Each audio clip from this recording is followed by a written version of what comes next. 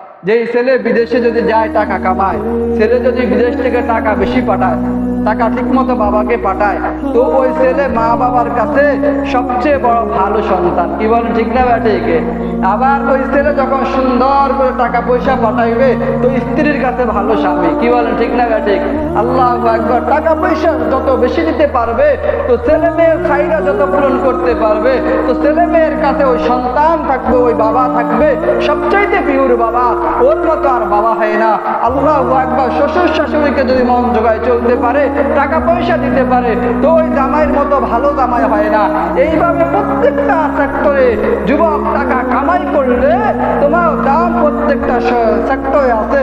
যদি তুমি টাকা কামাই করতে পারো, তাইলে সমাজের প্রত্যেকটা অকেশনে তোমাকে চিফ গেস্ট করা হবে, তোমাকে প্রত্যেকটা কাজে চিফ গেস্ট করা হবে। আর যদি টাকা কামাই না করো, তো তোমাকে কেউ মূল্যায়ন করবে না। না মা বাবা মূল্যায়ন করবে, না স্ত্রী মূল্যায়ন করবে, না সন্তানরা মূল্যায়ন করবে, না শ্বশুর শাশুড়ি মূল্যায়ন করবে, না ভাগিনা ভাগ্নি মূল্যায়ন করবে, না বোন মূল্যায়ন করবে, না ভাই মূল্যায়ন করবে। যখন টাকা কামাই করতে পারবা, তখন তুমি দুনিয়ার সবার চেয়ে সেরা ভাই, সবার চেয়ে সেরা স্বামী, সবার চেয়ে সেরা সন্তান, সবার চেয়ে সেরা বাপ হইবা। যদি টাকা কামাই করতে পারো, সবার চাহিদা পূরণ করতে পারো। যুবক, এটা যদি বুঝতে পারো, তাহলে আখেরাত তো ঠিক হবে এমনই।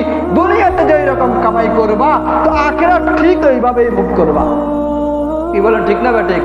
আর যদি দুনিয়া যদি কামাই না করো, শুধুই হেলায় দুলাই কাটাইয়া দাও, শুধুই গল্প গুজাবে কাটাইয়া দাও, শুধুই বন্ধু বান্ধবের আড্ডায় কাটাইয়া দাও, শুধুই অন্যের সমালোচনা নিয়ে কাটাইয়া দাও, তো মনে রাখবা দুনিয়া সামান্য কয়েকদিন।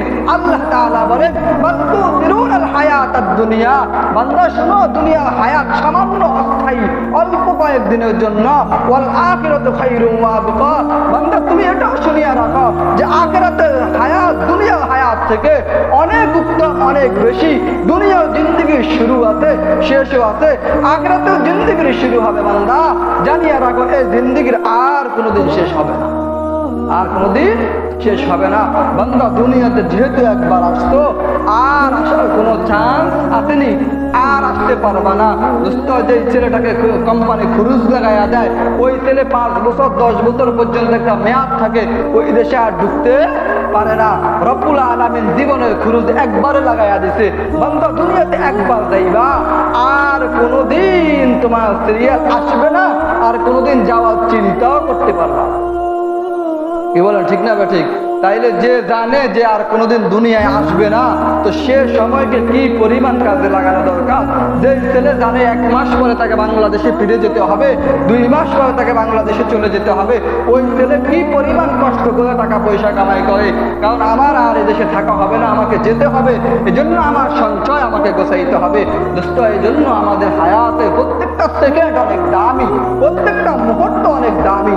এজন্য আমার ওই আখিরাতের জিন্দেগির জন্য যদি আমাকে পুঁজি করতে হয়, আখিরাতের জিন্দেগির জন্য যদি আমাকে কামাই করতে হয়, তাহলে দুনিয়ার প্রত্যেকটা হায়াতের সেকেন্ডকে আমাকে মূল্যায়ন করতে হবে, প্রত্যেকটা মিনিটকে আমাকে মূল্যায়ন করতে হবে, প্রত্যেকটা ঘন্টাকে আমাকে মূল্যায়ন করতে হবে, প্রত্যেকটা দিনকে আমাকে মূল্যায়ন করতে হবে, প্রত্যেকটা বছরকে, প্রত্যেকটা মাসকে আমাকে মূল্যায়ন করতে হবে।